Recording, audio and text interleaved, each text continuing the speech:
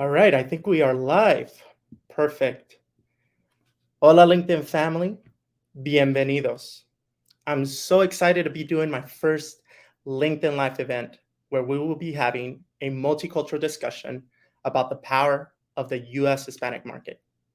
Now, before I introduce my amazing guest speaker, I want to take the opportunity to first and foremost extend my deepest gratitude to everyone that has reached out and engaged with this LinkedIn event. Thank you so much. Your support means a lot to me. Now, for those that may not know me, my name is Jonathan Tarin.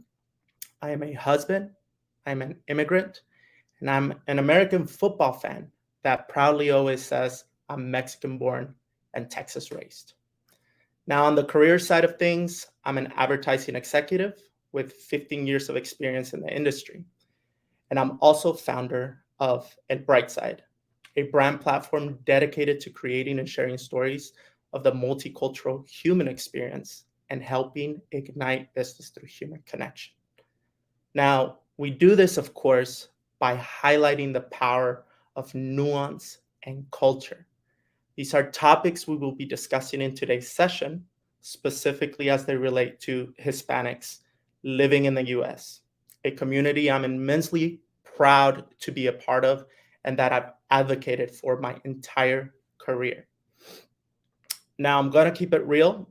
This is my first LinkedIn Live event, like I said, and video is not my jam. I hardly ever post video on LinkedIn, but the subject matter is my jam. And so for this, I'll always step into the discomfort of whatever that may be to adequately and properly represent our community, the US Hispanic market. So, enough about me.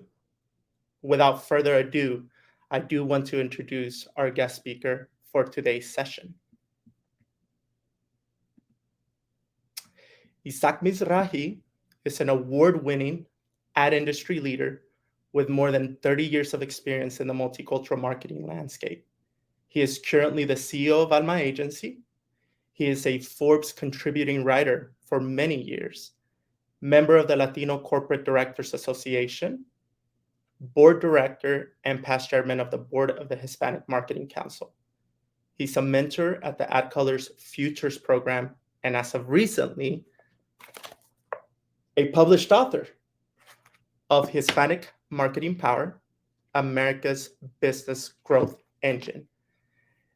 Mr. Mizrahi, bienvenido, amigo. Gracias, Jonathan. Well, I do kind of want to give an overview to everyone tuning in live or tuning in later of what we'll be discussing. Obviously, we'll be discussing the insights of the book, but our primary intention is to provide value to our amazing community here on LinkedIn, who I know, as well as you, Isaac, that we come from all walks of life and are professionals in an array of different industries. But in a nutshell, we'll talk a lot about marketing and advertising, our favorite subject matter, of course. Yes. We'll tap into some entrepreneurship and small business, which there's a couple of chapters that you have on your book about. And we'll also talk a little bit on nonprofit organization and their role within our community. Yeah. So everyone tuning in, I invite you to please engage on the live stream. We will be dedicating 10 minutes of Q&A towards the end of the session. So share, like, comment, ask questions. I'll make sure to go back to them towards the end of the session. The only thing we're not going to discuss is how you are a Packers fan being raised in Texas. Let's leave that to another occasion. That's like a 2-part podcast session or something like that. It's fun. I bet. Oh my goodness. Well, let's get started. And I love that you broke the ice that way, Isaac, because one of the things that I've always really talked about on this platform is the importance of being a human professional, especially on places like LinkedIn, the digital ecosystem, and different social platforms, right? So these next 2 questions are a little bit on the human side before we get to, the serious business side, right? First of all, where did you grow up, and what is your favorite childhood memory? I am, first of all, again, Jonathan, thank you for inviting me. I'm really, really looking forward to this session. I am Brazilian. I was born and raised in the beautiful Rio de Janeiro, Cidade Maravilhosa, as we call it. And I lived there until I was 28 years old. And then I moved to the US and I lived in Atlanta, Georgia, in the Washington, D.C. area. In the past 14 years, I've been living here in sunny Miami, Florida. Regarding my childhood memories, I have many, thank God. But most of them are associated with playing soccer or football. For me, football is football. I'm a huge football fan. I play futsal, which is a soccer in a basketball court, in the volleyball basketball court indoor. I watch the games. I went to the stadiums. I follow my team, my national team, the Brazilian national team. So my memories of childhood was always about they are always about the tournaments that I played, the practices, the games on Sunday morning, the victories, the goals I scored, not many of them, the losses and the friendships that I was able to have, and I still have contacts with uh, kids that play with me when I was 6, 7, 8 years old, thanks to social media. Those are kind of the best memories that I have. That's awesome. Yes. I was gonna ask you, is it football or is it soccer? But I think you answered that, and that in itself is probably like a two-part podcast session itself, right? Yes. Well, great. An important question to get kick-started on the business side of things. What compelled you to write this book? This book it was a process, a long process, because a lot of times people ask me this question, and unfortunately, there is no straightforward answer. There is one answer that I can say that in the last 3 years is when this book took shape, when I actually started engaging the process of making this book to happen. But I've been writing for many, many years. I've been writing for almost 14 years since I joined the agency. Um, my boss and my mentor, Luis Miguel Messiano, was one of my biggest supporters and persons that incentivized me to put on paper my ideas, my feelings. Going back to your question, Jonathan, I came from a little bit of a different background. It's not a better background, it's not a worse background, but it's different. I have a mixed career. I've been working for a little bit over 3 decades, and the majority of my time as a client in the corporate side, and 14 years as an agency. Alma, I've been 14 years here. It's my first agency job. Um, so I have a different perspective. I have done multicultural marketing as a client and as an agency. As a client, I faced the difficulties on putting together a multicultural marketing program, getting resources, getting support, getting awareness inside the organization, measurement and everything else, and managing this from a business. As an agency, I'm interact with clients, with prospects that are facing similar situations, and that helps me get a sense of empathy and connection with a lot of them. So that perspective, that dual perspective, allows me to see the opportunity from a different point of view, from a point of view of enough people, enough corporations, enough brands. They kind of understand the Hispanic market opportunity.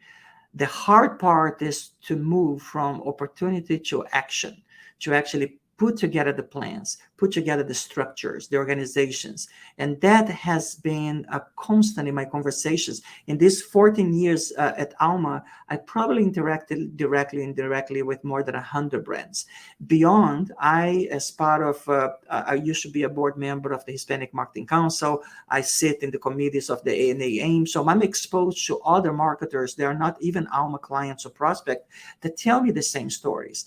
It's time to actually move from the opportunity into action. And that's a little bit what I try to do with the book, to contribute to demystify, to talk about barriers, talk about misconceptions, and try to clear the way, probably not with the only approach, but with an approach that has been successful for lots of companies that I partner with, and successful for me when I was a client. Because the 7 years that I was the head of multicultural marketing for Sprint, which today is part of T-Mobile, we were very successful despite the fact that we had a smaller budget than the competition. So the thoughts, the ideas, the examples, the case studies that I have in the book, they're all trying to help clients to move from opportunity into action.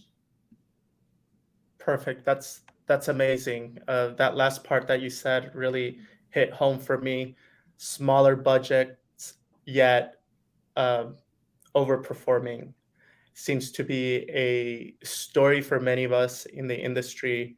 Many of us that have advocated for the value of multicultural marketing and even specifically U.S. Hispanic marketing, right? So that one hit home. And I loved also that you talked about your non-conventional upbringing and career journey. I feel that that's something I kind of want to engage you with a little bit more. Do you feel that this unconventionalism of you coming into the industry is something that we, as leaders, as executives, whether we're on the client side or the agency side, should be embracing more of, as we funnel in talent into the industry? Yes, I do.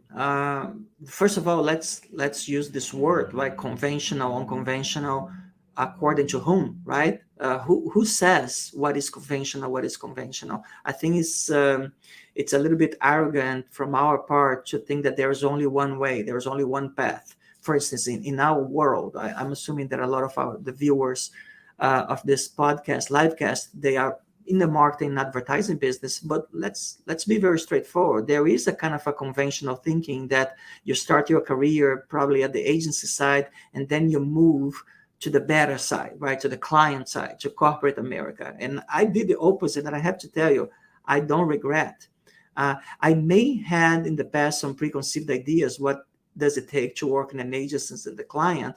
But I have to tell you that I got significant amount of fulfillment and happiness working in the agency side and the creative side with creative minds, with strategic planners and people that love advertising. I always loved advertising since I was a small kid. I was one of those kids that collected advertising from magazines. I actually knew all the jingles on TV, on radio. I loved advertising, and that's one of the reasons I went to work with marketing and business. And somehow in my career, I was lucky enough that after a beginning that I was more on the financial, quantitative side of business, analytics side of business, I was able to move to a more creative content, sponsorships in my career. But coming to the agency, this passion went to another degree. So I invite people that are actually struggling with their career at either in the beginning or either a little bit more mature like me, to open their minds and trying to understand what are they good at and what makes them happy.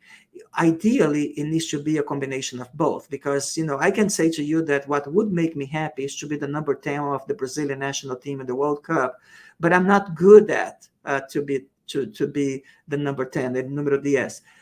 But you see my point. You have to find a combination of your skill sets, your capabilities, what you actually are maybe better than other people in terms of skill sets, and with your passion. And ideally, in the convergence of these two things, you find an amazing and fulfilled career. And I'm glad and I'm happy that I found this a little bit late in my career in the advertising space, and specifically at Alma and with the multicultural space. That's amazing. That's great. I think fulfillment and purpose are sometimes often dismissed because we work in an industry that, and work with clients that are very performative, right? So we have to deliver. We're always within an ecosystem of making sure we increase business and all of this stuff. But there's something to this fulfillment and purpose, as well as individuals, right, that we can bring into any working environment. So I love that you talk about that. I do want to move without giving away too much of the forward, because anybody watching this, I want y'all to please go out and purchase this book, because there's so much insights in it. I was talking to Isaac earlier, and I have notes all over mine, but uh, your your book's forward is written by Mark Pritchard, or Pritchard. I'm not sure if I'm pronouncing that right, but he is the chief brand officer at Procter and Gamble. He's an executive leader that has been vocal about the importance of multicultural marketing for any business leading or wanting to have long-term sustainable business growth. And I put quotes, and I'm looking at my notes here because it stood out to me. In the forward, he says, market growth is important because it is the most significant driver of business growth. And he continues by saying, the opportunity is significant, but it is not new.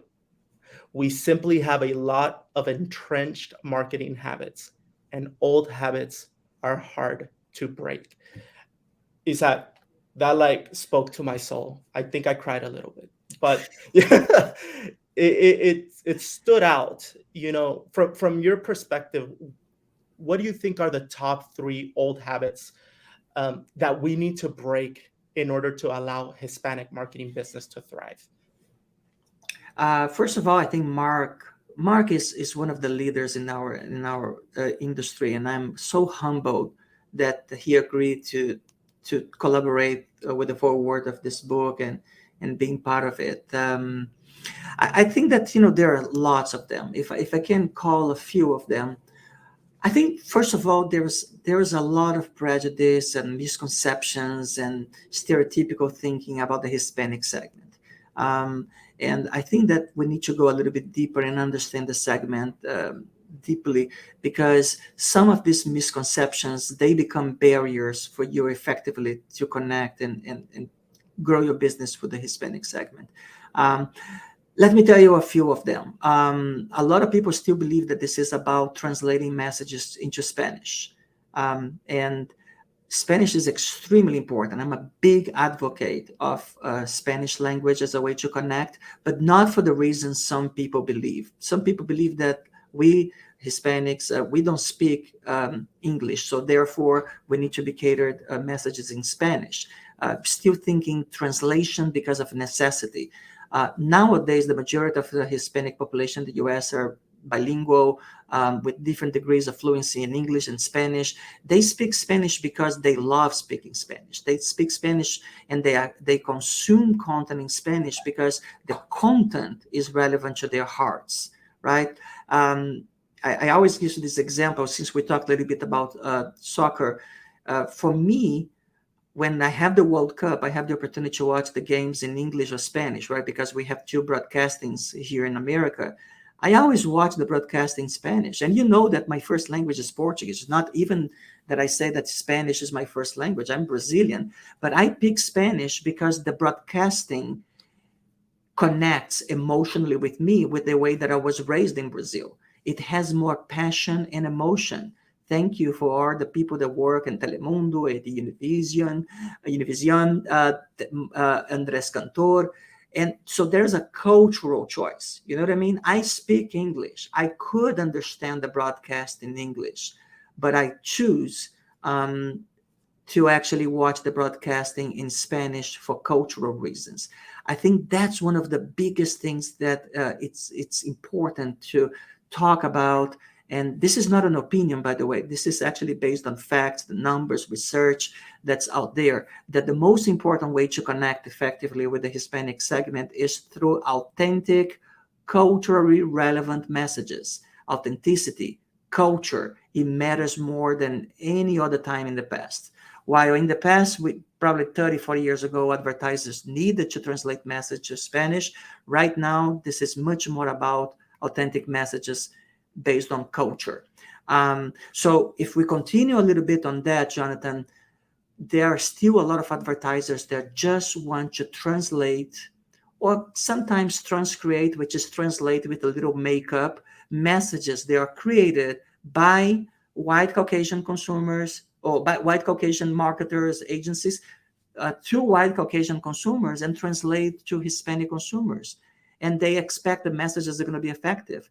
They may be somehow effective, but they are not even close to be as effective as producing messages that are based on authentic storytelling to Hispanics. And sometimes advertisers tell me, but Isaac, I don't have the production budget or the agency fee budget to invest on catering these messages. And I say, well, first of all, it's not an expense. It's not an expense that you're going to have. It's an investment, because the ROI can be 3 to 4 times higher than your ROI when you just translate messages. So make your calculation. There are a lot of great agencies out there with different costs. There are a lot of creative ways to have production budgets. Sometimes you don't even need the traditional TV. You can have radio, you can have out of home, you can have social media, influencers. So the excuse that I don't have the budget is, for me, is a lame excuse not to connect it effectively with the Hispanic segment. So that's one of the biggest ones. It has a name. It's called total market. The idea that one size fits all, that I can have the same message to everyone. I just translate into Spanish or put somebody with a sombrero, an abuela, a guy with a mustache saying hola, and I make this authentic. That doesn't work anymore. I don't even think it worked before, but if it did, it doesn't work anymore. If you're seriously committed to growing your business with the Hispanic market segment, you have to look at them from a culture standpoint, from an authenticity standpoint, again, because that's what all the studies and research that are available right now, they're telling, all they're converging towards the same learnings. It's not an opinion. It's not a gut feeling anymore. This is science. This is serious data and ROI that has been put over the past 10 years that's available to anyone that wants to benefit from it. Wonderful. No, 100% agreed. And I'll push even further just to get your thoughts on this. I feel, there's this misconception that, as again, whether you're client side and you're an executive working on a brand or an organization, or you work for an agency, that when talking about the opportunity of the U.S. Hispanic market, let's say, that maybe we're getting a little too emotional, not being pragmatic, right? Or not presenting the numbers, not presenting the facts, not talking about the business opportunity with the U.S. Hispanic market to, executive leadership, business prospects, and anybody that's a decision maker. But the truth is, many of us are, for a lack of terms, blue in the face of doing so and still not being taken seriously, or people not seeing the opportunity. So with that said, do you think there are deeper underlying issues that we must address as a collective humanity, as a collective industry, to take Hispanic business seriously? You talked ROI, you talked business cases, you have amazing case studies in the book that are hecho y derecho, right? Like what we say, right? Here is a business case. What more can we do? What's your advice for folks out there trying to sell in this importance? Jonathan, one question that I get a lot is, aren't you tired of repeating the same statistics, the same story, even before the book, right? In conference and everything, the articles that I write.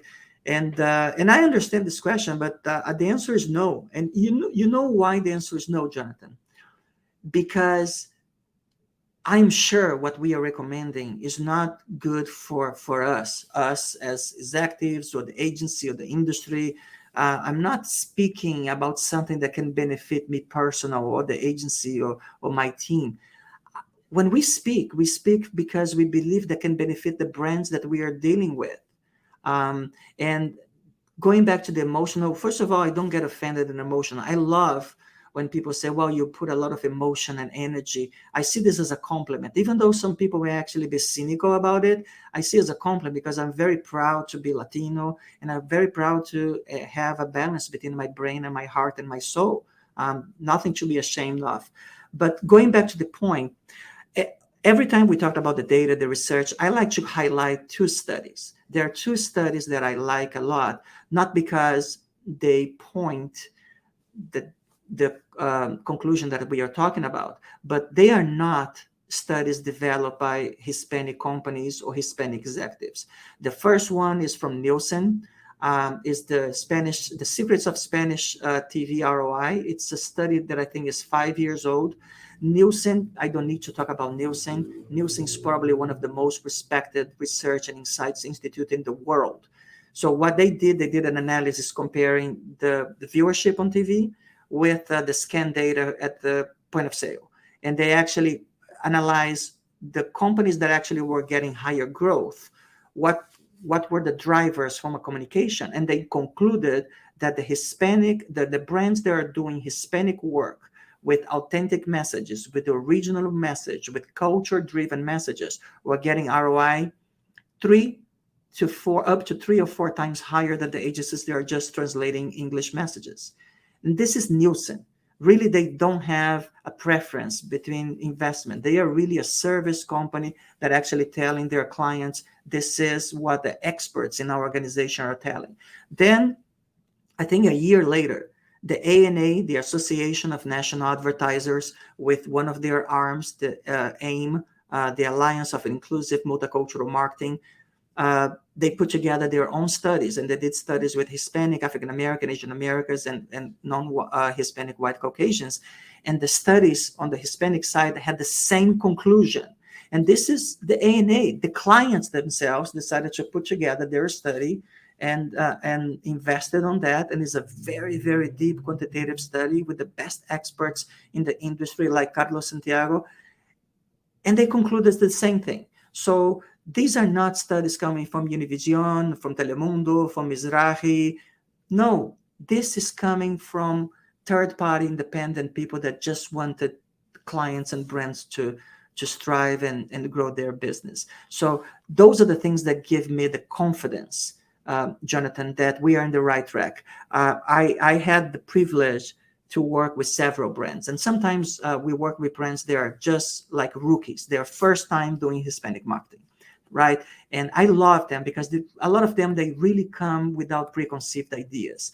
And we did a campaign, and a few months later, the client calls, amazing results, like double-digit growth. And this was not an easy category. We're talking about software, B2B. And the client was, I'm surprised, I'm amazed.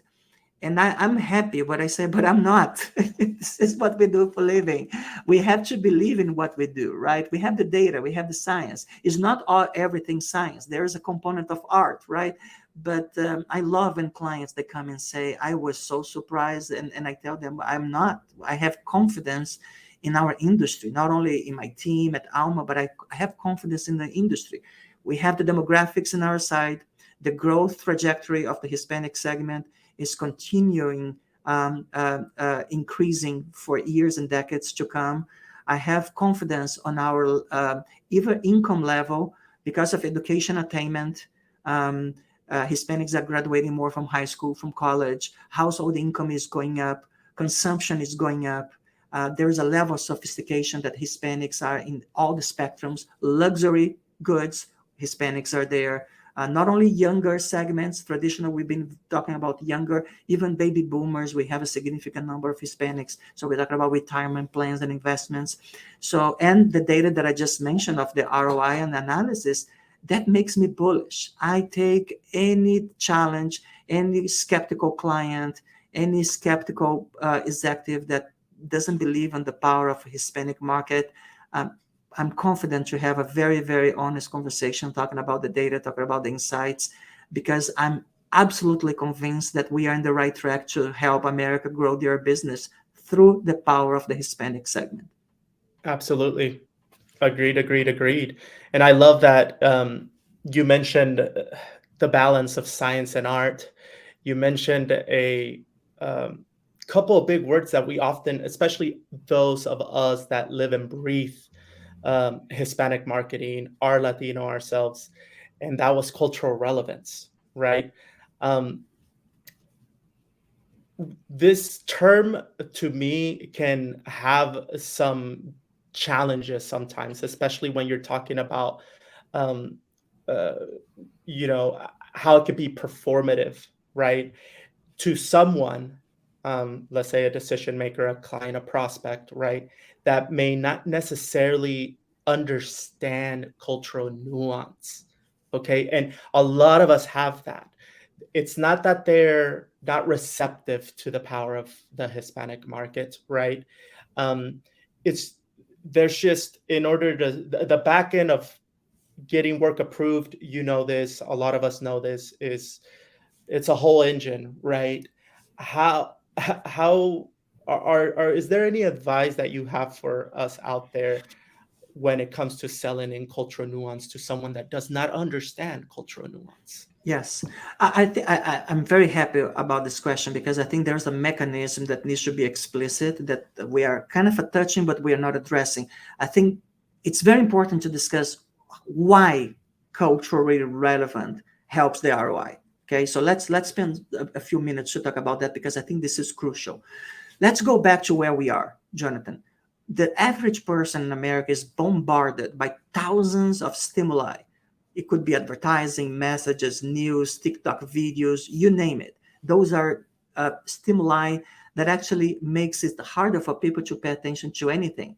Um, People love talking about this research, the goldfish research. I don't know if you heard about it. It's about the attention span. That the human being nowadays in America has an attention span of 6 seconds, which is 1 second less than a goldfish that has a second attention span. So the reality is advertisers and brands are competing for attention. And when it comes to advertising, advertising is a little bit of an interruption game. People can skip advertising. People are reading a magazine can flip a page of advertising fast. And even in the old days, when you're watching live TV, you can always go to the kitchen to get something to drink or to eat or during the advertising break, right? So if you add these two things, that advertising is a little bit of an interruption of something that's passionate, the content that people are passionate about, a movie or a series or a game, and at the same time people have less and less focus and attention, only the messages that actually speak to the heart, to the soul, and that's why our name is agency's name Alma, only those messages are going to have a higher probability of being picked, because everything else is going to be like um, wallpaper, right? It's like people are not paying attention. And that's one of my most passionate discussions, is that people say, well, our message was delivered to 5 million people, 10 million people. And I said, well, yes and no. Your message from a media standpoint has the opportunity of 5 million people to see it. Doesn't mean that they are seeing, it doesn't mean they are engaged, doesn't mean that they are paying attention. What makes the message relevant from an attention standpoint is the content, is the idea, is the creativity, ideas that people want to share. They want to send to their friends. They want to say, have you seen this? Looks like our family, our familia, on Sunday morning lunches. This looks like, our discussions. This is a situation that looked like the one that I had. And those are the moments that people say, you know what, that brand understands me. That brand knows me. That's myself. That's my family. That's my friends. That's my culture. It's funny. We have a beautiful McDonald's ad called First Customer. If you Google it, you're going to see it's the first day of a teenager working at McDonald's. And there are a lot of nuances there. You mentioned nuances. One of my favorite ones is when he introduces himself to the manager. He introduces, hello, my name is Gabriel. And then when the parents come through the drive-through, I don't know if you recognize this ad, because they want to be the first customers of the kid on the drive-through, they call for Gabriel. So he's Gabriel, in the environment, the business environment. At the family side, he's Gabriel. As you know what, I'm Isaac for a lot of people. I don't mind, but I was raised Isaac. But only people that have had issues with the names, immigrants, people that have names a little bit different from the mainstream, they know this kind of situations, and they say, you know what, that's a nuance that a lot of immigrants and a lot of Latinos in the US they catch. Um, they don't need to be like a punch in the face. They can be subtle. These nuances are there, and people catch it and connect with them emotionally. So that's a little bit the story of the ROI, connecting with the question about nuances. The nuances make people connect emotionally with that message, and that emotional connection is what drives relevancy, what drives messages standing out versus the competition.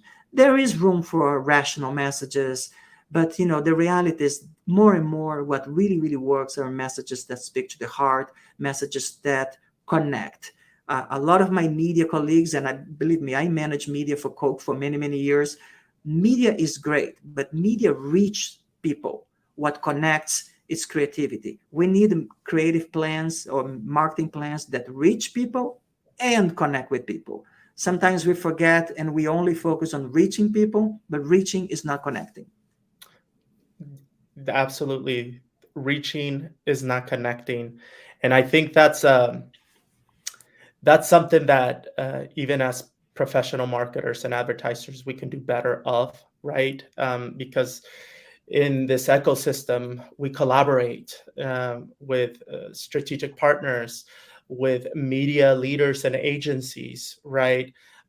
There's not been a piece of business that I've ever serviced or been a part of where collaboration, true collaboration, whether it's within your own sister agencies or extended ones, is not vital, right? And I'm not just saying collaboration for the hell of it, it's because it's true. Um, However, when we face those situations, and I'm glad you bring this up from a media perspective, let's call this, you said science and art, right? And having a media background yourself, um, what are some bridges for creative agencies and media agencies, to really work together and make sure that we're doing not just reaching, but also connecting? Like, what are the practices here that we can put into play or we can be better about?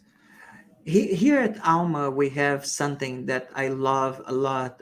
My partner, co-president and chief creative officer, Alvaro Suñol, he keeps repeating something that for me is very important, that we are a creative agency. We are not a creative department agency. That means that everybody in the agency, regardless of the department, have an opportunity to express themselves creatively and help the creative process. I think that the answer for your question is exactly that. I think that we need to respect the media minds that we partner with and allow them the opportunity to be creative as well. You can be creative in the media environment. If you want to have spots and dots, this is going to be done by AI in a few months, if it's not already being done, right? But there is an opportunity for creativity on media. And I think the creative agency needs to give space to the media agencies or the sponsorship agencies or the PR agencies to allow themselves to express creatively. And at the same time, those partners also ideally should allow the creative agencies to have ideas that traditionally may be boxed as, oh, this is my territory, this is my media agency, or my media idea. In the end of the day, collaboration is a great word, but it's very hard to execute. And if you use guidance like the client ideas is at the center, not the agencies themselves, not the egos. A lot of people say, well, I don't have an ego. Well, the person that says that I have the ego probably is the biggest ego in the room, right? The reality is we need to put the brand at the center, or even better, the consumer, or the customer at the center, and allow the flow of ideas to actually maximize the best idea that we can create. Of course, there are specific skill sets. If you're not an art director, you may have a hard time to have an idea, that an art director may have. But at the same time, we need to actually find ways that we remove the preconceived ideas that a media cannot be creative, a creative agency cannot have a media idea, and trying to find a common space. We have so many examples of great collaborations with several different agencies and type of agencies. It's doable as long as we understand that what's at the center, not being the egos, not being the name of the agencies or the name of the individuals. There's a good chance that ideas may flow very well. That's perfect. That's a great answer. I'm going to shift a little bit because I know within our LinkedIn community, there's people that follow us that aren't just in marketing and advertising, right? Because we could go days on this, but I want to move towards more of the small business and entrepreneurship side of things. You do dedicate a couple of chapters to that, and I love that you talked about how having an entrepreneurial spirit runs deep for many immigrants and first generation Latinos in the US. So it's kind of like embedded in our being, right? And just a real important stat here that I knew about, but you integrate into your book. According to the US Small Business Administration, small businesses represent 44% of the country's GDP and employ 47% of our private sector. So small business, huge, huge, huge economic engine there itself, right? Now, of the 44% small businesses in the country, minority-owned businesses represent nearly half at 18%, with Hispanic and Black-owned businesses leading that growth. As multicultural marketing leaders, when it comes to advocating and supporting the marketing needs of minority-owned businesses, like and having ourselves, our expertise, our minds be accessible to them, especially if they're starting off. What's your reco here? What things are in the book that we need to know and acknowledge? You did your homework, right? You have all the statistics right. Thank you, Jonathan. I think that there are things that are common between any small business owner or any person, entrepreneur that wants to build a small business or a business, regardless of ethnicity and race. Let's be very, very clear. The book is not about, only talking about the Hispanic is better or the Hispanic, However, I always like to call it out, the nuances and the things that make the Hispanic segment different. It's never about better. It's never about worse. It's the calling out differences. Out of these differences, there may be opportunities for other companies to tackle, to address those and be a win-win, right? The Hispanic small business or entrepreneur can leverage those learnings, and somebody may sell a service or a product or consulting. So let's call out a little bit. There is research that shows that a lot of Hispanic small business start with entrepreneurs investing their own money, sometimes even credit card money, which are terrible because they have high interest rates, right? So there's a lot of lack of knowledge of sources of funding that comes from either nonprofits, foundations, small business administrations. So bigger awareness for potential sources of funding could be a great tool to actually help entrepreneurs from diverse minority segments, the Hispanic segments in this case. Because if you're already starting the business, maxing out your credit card with high interest rates, there's a high probability that you're going to fail, right? Because of cash flow reasons, not because you don't have a great idea or a great distribution. Cash flow is extremely, extremely important. The other thing that we know are the tools. There was a lot of improvisation in the Hispanic business. We actually had a campaign for QuickBooks last year that was highly successful, that we compare the tools that a service like QuickBooks can offer in terms of payroll, invoice management, with a lot of Hispanic business that still manage things on the cuadernito. The campaign was Adios Cuadernito. We did a ballad, una balada song to break up with your cuadernito. You cannot manage a business effectively towards growth when you're still having everything improvised in a little notebook. That's the cuadernito. So things like that are extremely important. Mentorship. If you are a son or a daughter of an immigrant, or if you're an immigrant myself, like you are, like I am, Jonathan, there's a good chance that that you don't have somebody that you can talk about in your family, your parents, your grandparents. There is no benchmark of how to do business in America. You are the first one entrepreneur doing business in America. You may have family that has done business in other country, but business in America is very different. So how about helping entrepreneurs and Hispanic small business by creating a mentorship network with people who have been successful before and can guide them. So those are the things that are a little bit different in our environment that we are calling out in the chapters of the book that talks about Hispanic small business. And when it comes to nonprofit, um, I don't know if you already got to that part of the book, Jonathan. There is one case study specifically that I picked up exactly because I wanted to show that nonprofits should be part of this discussion too. This is not only about for-profit business. It's a Desert Botanic Garden in Phoenix, Arizona.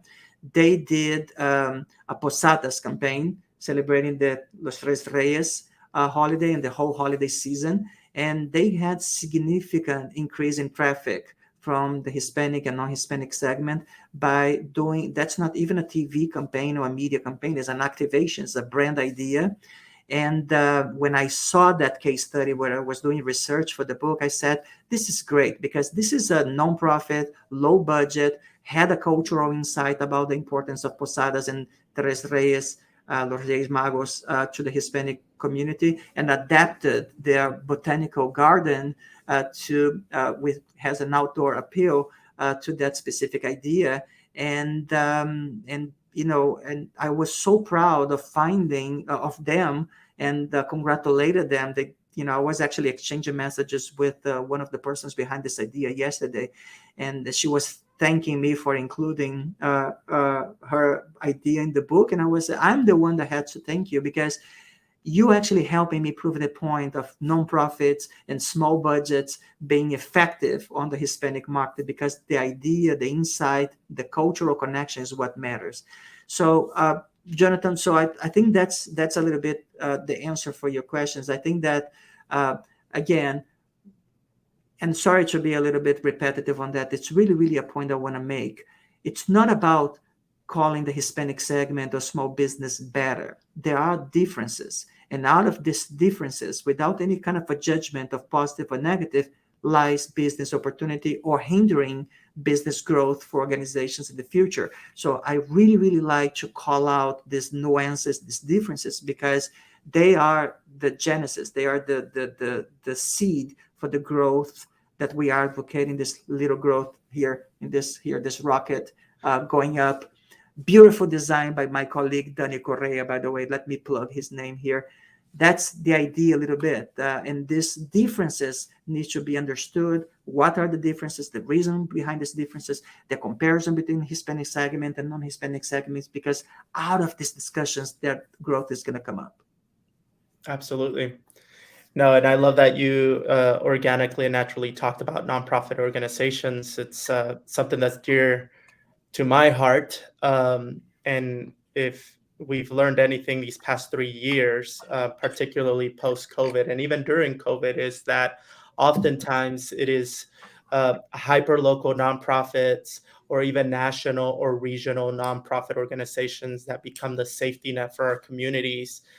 We know that COVID disproportionately affected primarily, minority communities, and nonprofit organizations are always there to have our back. They were there having my back growing up here in the U.S. as a undocumented immigrant, Boys and Girls Club, along with other, very hyper local nonprofit organizations. So I always give a shout out to them, especially Alas Ayudando Latinos a Soñar over there in the Half Moon Bay area, who is doing amazing things for the farming community there. So thank you for touching on that subject. And yes, there are a couple of chapters on here that are much more detailed. So thank you for including them. I know we're about 10 minutes in, so I do want to give some time. Give me just 1 second so I can shift here a little bit and see if I could look at Any Can I give some advertising about the book while you're doing that? Absolutely, please do. Okay, I have to do, right? I'm in the advertising business. So the book is Hispanic Market Power, America Business Growth Engine. There's a website, www.hispanicmarketpower.com. You can find a little bit more information about the book. You can sign up for a newsletter, links to purchase. Yeah, thank you. It seems that we rehearsed that, right? But we didn't. The where you can find on amazon.com, you can find on my publisher. Let me call out my publisher, Routledge. You can go to routledge.com. Appreciate the support from Routledge to once again invest on a book about Hispanic market. And you can also follow on social media. There is an Instagram page, a Facebook page.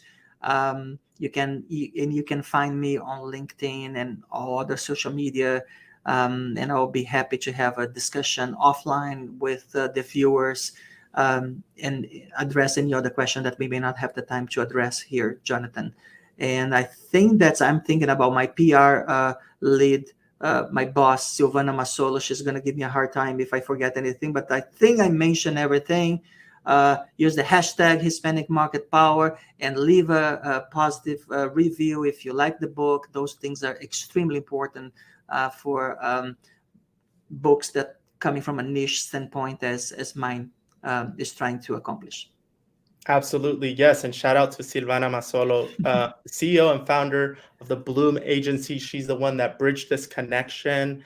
So, mucho cariño, Silvana, for doing Absolutely. this. A lot of people And tell me you are everywhere, so it's not me, it's Sylvan. I'm not, I don't have that skill set. And the other thing, Jonathan, I sorry to interrupt. A lot of people are asking me about book signings outside Miami. I just had a great book signing at Books and Books here in Miami this past Monday. Telemundo hosted a book signing 2 weeks ago at their corporate center. I am planning to have book signing events outside Miami. Of course, now in the summer is a little bit complicated, a lot of people traveling, but as August approaches, Hispanic Heritage Month approaches, I already have an invitation to go to Dallas, to Atlanta, to Washington, D.C. I'm talking to folks about Chicago. I have a great friend of mine, Carla Eboli, that promised to host and organize something in Chicago. So when she says it will happen, New York,